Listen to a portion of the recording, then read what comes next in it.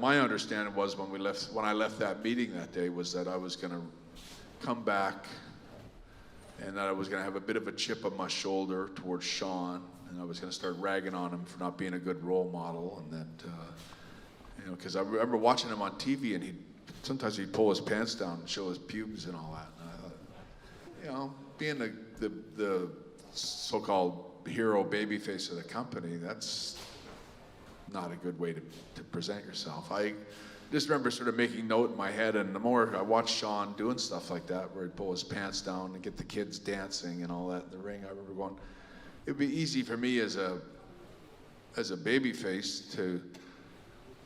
take exception to what Shawn doing, but I thought, really what it was is a good chance for me to make a storyline here with Shawn where, I've lost the title to him at WrestleMania 12, and I got a bit of a chip on my shoulder that I lost, and the way the whole thing was set up was perfect for me to come back with a bit of an attitude about Shawn. And what I had wanted to do was work a storyline with Shawn where I wrestled him at WrestleMania. We would have had a really good match. Because Shawn was a great wrestler, one of the best I ever worked with, and probably the best I ever worked with in a lot of ways. And I had an idea where I was gonna, like maybe if you can visualize, like, it's like 35-minute match. Me and Shawn have,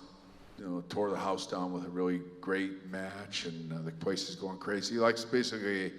a duplicate of the Iron Man match, so sort of all over again, but we wouldn't go the full hour again. But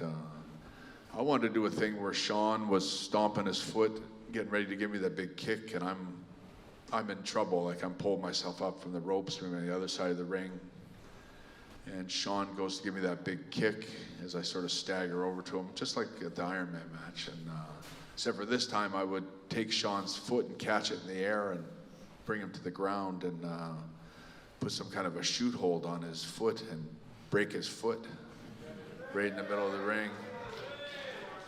And then I wanted Shawn to tap out like they do in UFC, where it's like, when you break somebody's arm, they tap out pretty fast, and everyone jumps in, and it's a very serious kind of thing. And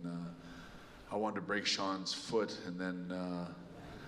they'd hand me the belt and all that, and I would walk over and stand over top of him and go, "Fuck you."